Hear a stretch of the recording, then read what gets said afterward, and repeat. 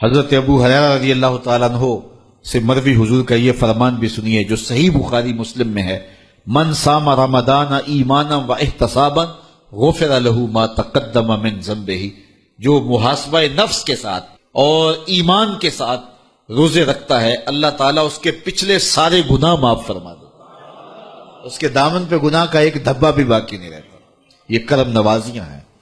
حضور علیہ الصلوۃ والسلام ماہ سیام سے قبل خطبہ دیا کرتے تھے صحابہ کو، اور ماہ سیام کا استقبالیہ خطبہ دے کے ان کو ماہ سیام کو کیسے گزارنا ہے اس کی تعلیم دیا کرتے تھے۔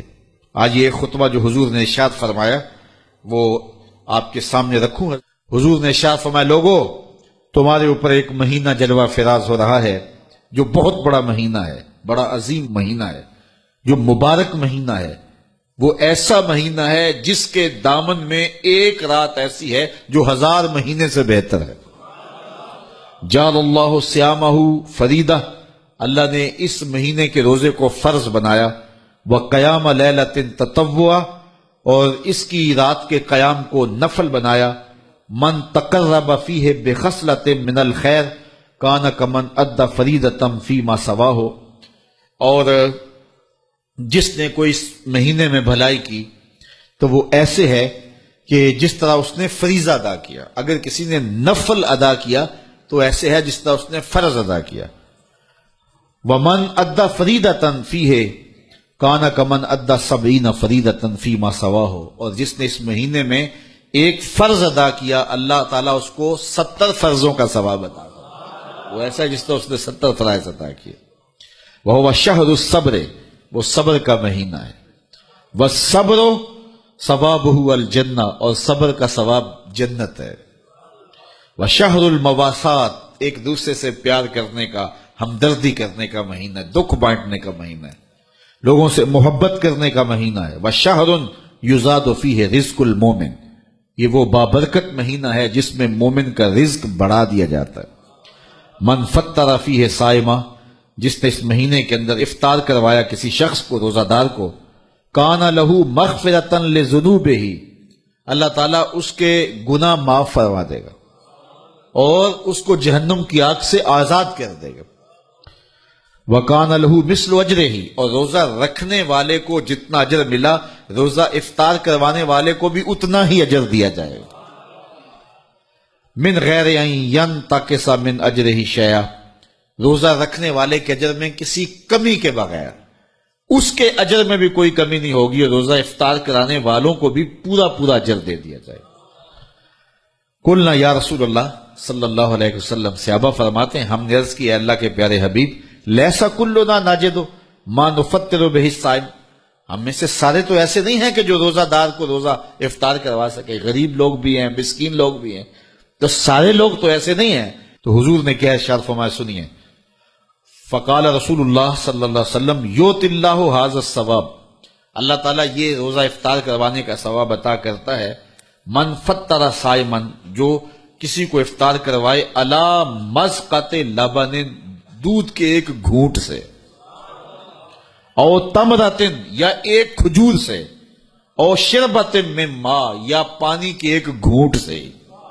لازمی نہیں ہے کہ بہت سموسے پکوڑے بہت کچھ پڑے ہوئے ہوں اور بڑی فرنیاں شرنیاں ہوں، نہیں، اگر صرف ایک گھونٹ پانی کا پلا دیا، ایک لسی کا گھونٹ پلا دیا، ایک کھجور کھلا دی، تو حضور نے ارشاد فرمایا اللہ اس کو بھی پورا روزہ افطار کرنے کا ثواب عطا فرمائے۔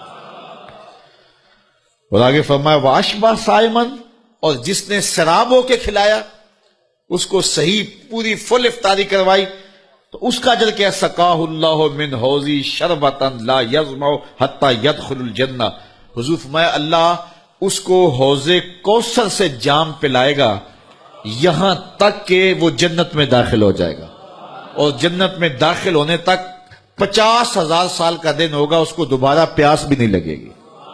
جب جام کوثر مل گیا، جس نے ایک گھونٹ میں پی لیا، اس کو پھر پورا حشر کا دن پیاس نہیں لگے گی۔ وَهُوَ شَهْرٌ أَوَّلُهُ رَحْمَةٌ، فرمایا یہ وہ مہینہ ہے جس کا پہلا عشرہ رحمت ہے۔ وَأَوْسَطُهُ مَغْفِرَةٌ، اور جس کا درمیان والا حصہ مغفرت ہے۔ وَآخِرُهُ عِتْقٌ مِّنَ النَّارِ، اور آخری عشرہ جہنم سے آزادی کا پروانہ ہے۔ اور آگے ارشاد فرمایا وَمَنْ خَفَّفَ عَنْ مَمْلُوكِهِ فِيهِ، جس نے اپنے مزدور کو، اپنے غلام کو، اپنے ملازم کو، اپنے ماتحت کو نرمی کی، اس سے تھوڑا کام لیا، غفر اللہ لہو وآتقہ من النار، اللہ اس کے گناہ بھی بخش دے گا اور اس کو جہنم کی آگ سے آزادی بھی عطا فرمائے۔ تو یہ وہ بابرکت مہینہ ہے جو اللہ کی رحمتوں اور کرم نوازیوں کا نور ہے۔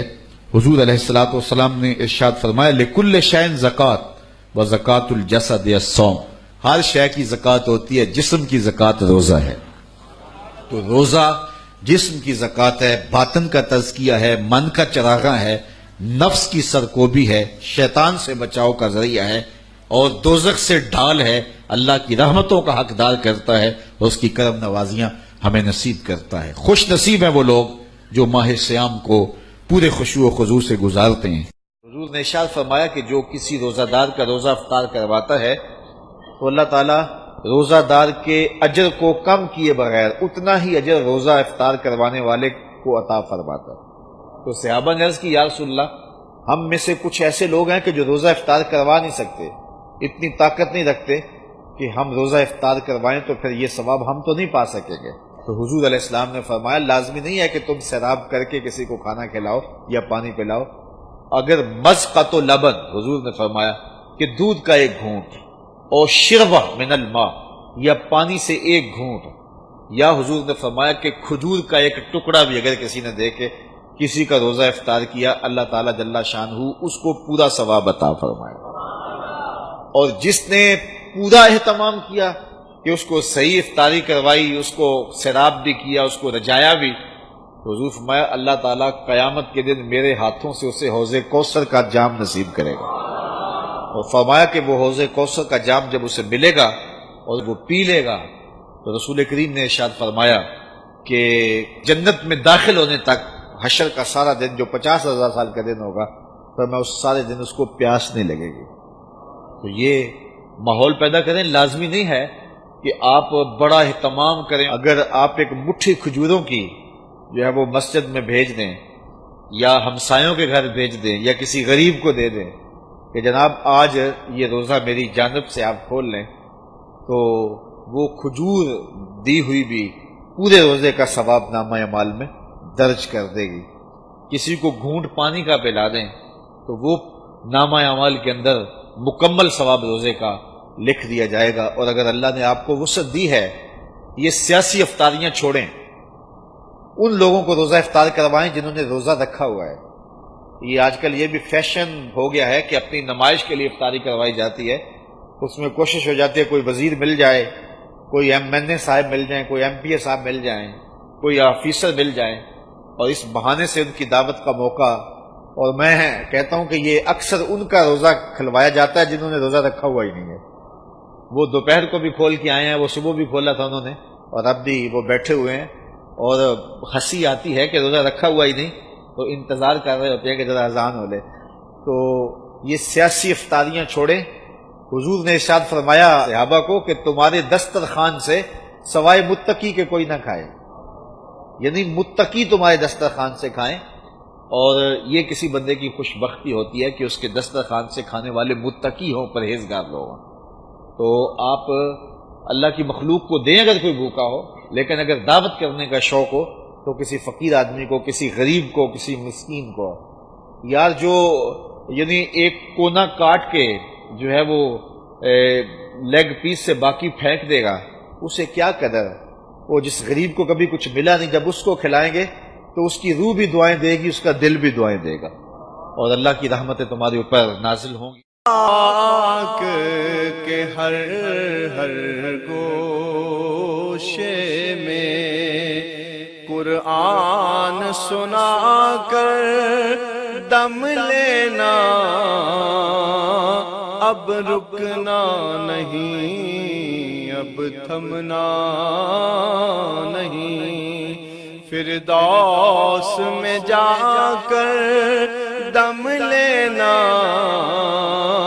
آفاق کے ہر ہر گوشے میں قرآن سنا کر دم لینا اب رکنا نہیں اب تھمنا